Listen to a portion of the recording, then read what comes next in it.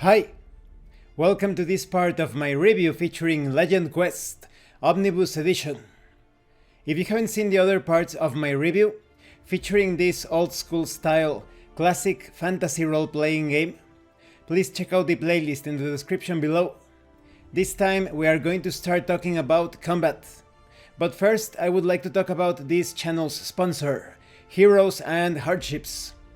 This is a universal RPG system. The Kickstarter is about to begin. I'm going to put the links to the Kickstarter, the website, the Discord, everything will be in the description. I am also going to put a link to the Tetsubo campaign setting for this RPG system and to my reviews of the Quickstart guide and the Wallace campaign setting, so you can get a better look at the system and the sorts of adventures that you can experience with this universal role-playing game that will allow you to play any sort of genre, adventure, story, with hundreds of tools to accomplish that. So please check it out. Now let's continue. Melee, artillery, range, spells, mentalism, stealth, armor, and enchanted items all play a part in combat, but are still only a piece of all that can truly happen. This can make combat complex and confusing. Despite this, almost every adventure will contain combat of some type, and with a little experience, combat can flow very quickly. Due to the complexity of combat, it is broken down into turns. Each turn is 10 seconds, therefore, there are 6 turns in a minute. A character may attempt to accomplish any action during a turn. Typical actions include attacking with a weapon, casting a spell, using a proficiency, picking a lock, jumping a pit, movement, or any task that would take 10 seconds or less. Each turn is broken down further into initiative counts. Initiative counts do not represent a specific period. They are only used to keep everything within the turn in order. Combat is handled in a specific order called initiative, of course. Initiative dictates who is allowed to act and when. At the beginning of every turn, all characters, both player and non-player characters, roll an initiative. Initiative is a competitive task, and each character's initiative is calculated in the following way. First, you roll the dice for a score between 1 to 100.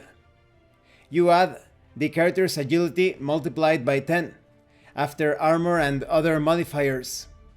Then you subtract all initiative modifiers, which could be weapon modifiers, fatigue modifiers, and miscellaneous modifiers. Once all the players have calculated initiatives for their characters, and the game master has calculated the initiatives for the non-player characters, the turn starts. The game master will start at the highest initiative and start to count down. When a player character or a non-player character's initiative is called off, that character may act. Actions can consist of attacking, moving, spellcasting, trying a skill, or any number of other activities, achievable within 10 seconds. When the game master reaches 0, the turn is over. Characters can hold their actions. When the character's initiative comes up, the character declares that he or she is holding, then the character waits until the time comes at which he or she wants to act. If the character holds an action past 0, the character has held until the next turn. Anytime a character holds until the next turn, no die roll is needed. The character automatically receives a die roll of 100, which is then modified by agility and such. Except for unusual circumstances, such as dual weapon fighting, a character cannot hold more than one action at a time. For instance, a character cannot hold an action during the first turn of combat, and then hold another during the second in hopes of getting multiple attacks in the third. The character still only gets their normal number of actions, typically 1, each turn. If during the turn a character uses any skill levels, even in defense, the character is no longer considered to be holding an action. Due to the negative initiative modifiers, it is possible for a character to have a negative initiative. If this happens, The character is not allowed to act during the current turn. Characters unable to act during a turn cannot use levels for any reason, including defense. Instead, the character computes his or her initiative for the next round as if they had held their action past 0. The character does not roll, but receives an automatic 100. This die roll, so to speak, is adjusted normally, except that the negative initiative from the current turn is also added. It is suggested that the initiative modifier for each character, which is agility multiplied by 10 minus the weapon modifier, be computed before playing to speed the game up by cutting down on the game session math. There is also an optional rule called skill level use initiative. Characters can use weapon skill levels to decrease their weapon's initiative modifier. In this way, they are increasing their initiative, but only to the point of reversing the negatives. The decision to do this can be made at any time, but the player cannot force the Game Master's initiative count backwards. Of course, if the skill levels are used for initiative, they will not be available for attacking or parrying. Each skill level is worth 5 initiative counts, and any points in excess of the weapon's initiative modifier are lost. The double initiative modifier when drawing a weapon can also be reduced in this manner. There is also a game designer's note giving you some reasons as to why you would like to hold your action. You can see a couple of those on screen. Perhaps you are using a ranged combat weapon and you want the enemy to get within range. Or maybe you are waiting for your opponent to use his shield or parry levels against some other attack so he cannot use them against you. This is going to be particularly useful for less skilled characters, for characters that are not as good in combat compared to others. That way you will have a better chance to inflict a solid hit upon your foe. There are other reasons, such as waiting for a spell to take effect upon the enemy before attacking that enemy, or maybe you have not yet been detected and don't want to give away your position. These are just a few of the reasons. Now let's talk a bit about movement. Movement during combat takes place according to initiative.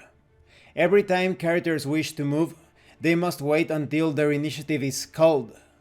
At this time, the character begins to move.